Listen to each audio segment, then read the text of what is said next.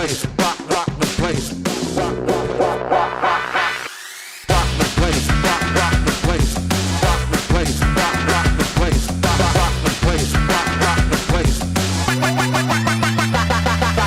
rock the place. Hello and welcome to this new episode of We Talk Audio. As usual, I'm your host Luca, and joining me today is Carlos Costa from ACS Production out of Canada. We're here today to talk. This is going to be a good one because you see Carlos here has been working with his way up from the DJing scene, and he has seen a lot of stuff. So we're hoping to trigger him in the right way to get some nice stories out of him. So please, Carlos, tell us where this all began. To be honest, it started in 1996, sole proprietorship company in Toronto, Canada. 97, registered, learned a lot about business and from a company called PA Plus, where Mark Radu was from, actually. And Gabor Sapizi was the one who gave me the opportunity in this industry. So I started off doing a lot of EDM, back then house music shows. We were kind of the company from 96 all the way to 2005. And then there was a crackdown in Toronto where you weren't allowed to have raves anymore. And now, of course, there's raves everywhere. They're just called EDM concerts. We don't call those raves in Europe. So that's what it was. It was basically a lot of raves. Yeah. I did a lot of them. I did the first tour, actually, the first concert ever for Tiesto in North America. Okay. That was at the Docks, now called Rebel nightclub. And Mark actually did that show with me. Okay. It was one of the first, biggest show at the time we've ever done. I don't mean to say something stupid, but 1996, Canada, the city at the other side of the river, of the lake. Mm-hmm. I mean, that's the meaning of Detroit, right? So. That's Windsor. We're across from New York. Yeah. That's right. Yeah. But yeah, so that was a busy time for electronic music. Very. I mean, we've got in Canada. Yeah, that's Windsor though. But Richie Houghton and all those guys, and these were proper raves. And I don't know, somewhere along the line, the U.S. lost touch with what a rave really is. But can you describe what was the vibe back then? Well, back then you'd basically be in a subway tunnel, abandoned warehouse. We had a place called in Chinatown, Toronto, called the Tropicana. So I took that over in 99 until 2005, if I remember correctly. We had 2 floors, and it was called the Tropicana. There was a theater downstairs that did almost like karaoke is the best way to put it. And above, we did the raves. And we started at 9, they ended at 10. And it was about an hour of back and forth because we were loud and they weren't as loud. And we'd go until 7 in the morning. Yeah, those were fixed install pretty much, right? No, or you would bring the system every day until in 96. In 96, 97. Yeah. So and those back then we were using the Apogee speakers, which were like 290 pounds, if I remember correctly. That's why I'm saying you're back. Yeah, they were heavy, and but there was elevators. Yeah. It was just bad when the elevator broke down. And trust me, it broke down. But yeah, those were the days, the glory days, as I call them, because everybody was on vinyl. Mm-hmm. There was quality to the music instead of an MP3. And that's kind of my problem right now, still to this day. Let's dig into this, please. I want to get people mad. Yeah. Well, worst thing that ever happened to music was MP3. Okay, I did had to sit down with the guys of Fraunhofer at a certain point, but yes, he did put it kind of the same terms, The best thing that ever happened to music was MP3 because everybody can download it. Everybody jogging can have a little playback unit and boom, listen to the music, right? But for some reason, the DJs haven't caught on that the quality's not there. Yeah, no. That's the problem. No. I mean, WAVs sound good. Yeah, exactly. I mean, we're big on wave format, and I wish DJs would just spend the extra $1.50 or whatever it is to download the right music. Do. Some of you do, that's for sure. Some people do. There's a lot of guys that just don't understand the difference. You can hear it when someone comes up either before you or after you, and is playing MP3s. Well, Like, here's the a crowd clue. can hear it. Here's a really good clue. Ready? If it sounds like this, Exactly. it's probably a bad MP3. Oh God, this is gonna be. There a you good go. one. That should solve all everybody's problems. No, but this vinyl versus MP3 thing is coming versus digital thing. It's something that was I hoped it would have stayed in the past millennium, but it didn't. It No. actually is. Vinyl is having a comeback. I've been sitting in front of stacks trying to see if the same track sounds good on vinyl or on WAV, but I still have no idea. It makes no sense to me, and the vinyl sounds better for some reason. It's just the depth. It really is the depth. It makes no sense because we cut all the bass out of the vinyl and then we get it off with the preamplifier, but it's just it just translates better. So you have tips for us to isolate the surface from the turntables, because that's a big issue. Actually, no, it's not. No, how can we fix it? Very easy. We used to have at System Soundbar in Toronto. That was one of the best.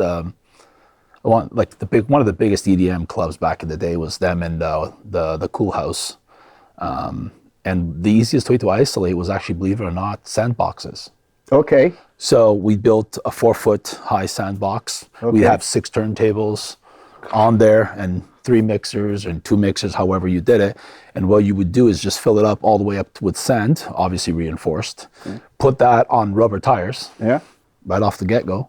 Fill it up, isolate it, and then put the turntables, put cloth obviously over the sand, and then put the turntables completely away from the border. It would be basically no Because I've seen, feedback at I've all. tried and seen so many ways to do it. I think Emma will have to put here somewhere the picture with the bread.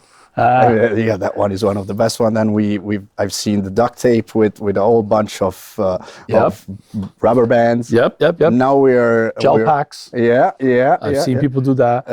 I found that the sand is the best. Yeah. Because it's like, as soon as you start to vibrate, you have so many little particles of sand to move that it never gets to the top. That's right. And it's so dense. Yes, and it just, the fact is that bringing about all of that sand at every gig will be a little bit of a hindrance. Permanent to that. installs. Yeah, permanent installs. Yeah. So we Yes. had, to give you an idea how crazy it was, System Soundbar had the old EV MTL4s, four 18-inch drivers in one box, and there were 24 of them, less than a foot away from the actual booth. Yeah. And never had an issue. Oh my God. See, we're So- taking notes, and all my sound system guys should take notes here. That was the best way to do it. All right. Give me a second. I don't know why, but Just leave it. Who cares? We're having technical issues Yeah. for the first time in like 20 episodes, so you gotta be with us on this one. There you go. We still have another light. Yeah, it's all good.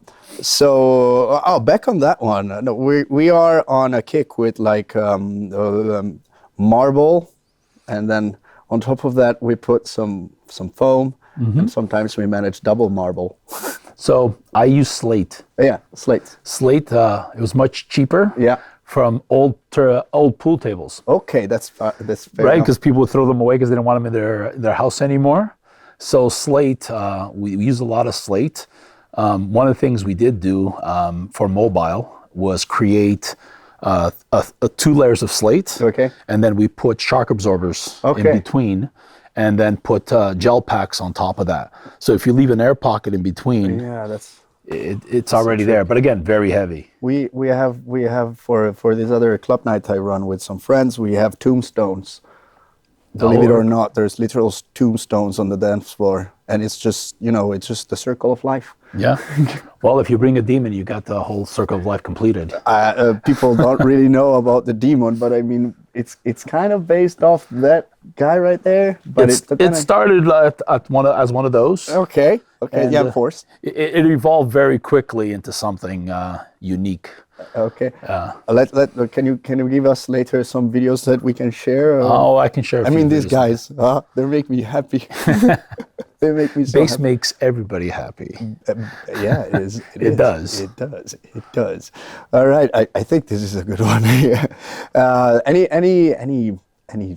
Any strange and safe for work, well, barely safe for work stories that you have to share from back in the day? got myself into a lot of trouble because of sound. Yeah, of course. We did a couple of raves outdoors, and of course, you're talking late 90s, early 2000s. The technology wasn't there to steer anything. It was just push. Yeah. And yeah, we would get ourselves into trouble in the islands in Toronto because we'd be in the island and they'd hear us in the main city, and that's across the lake. So it was, yeah, that was a lot of fun.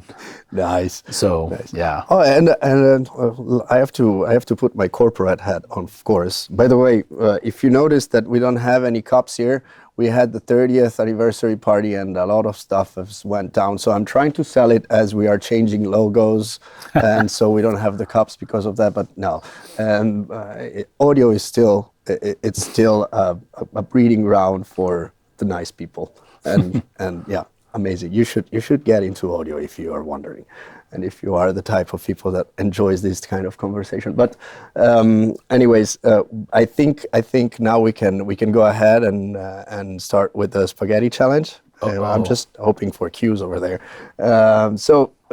Carlos, the spaghetti challenge is something that we definitely did not come out with. Because imitation is the best kind of flattery. So it pretty much entails you. And as I was saying, we had a little bit of a night for the 30th anniversary. So this is not anymore the usual blue cable that we have, but it is 10 meters long, or about that. It's been coiled by me, so it's definitely not an over-under.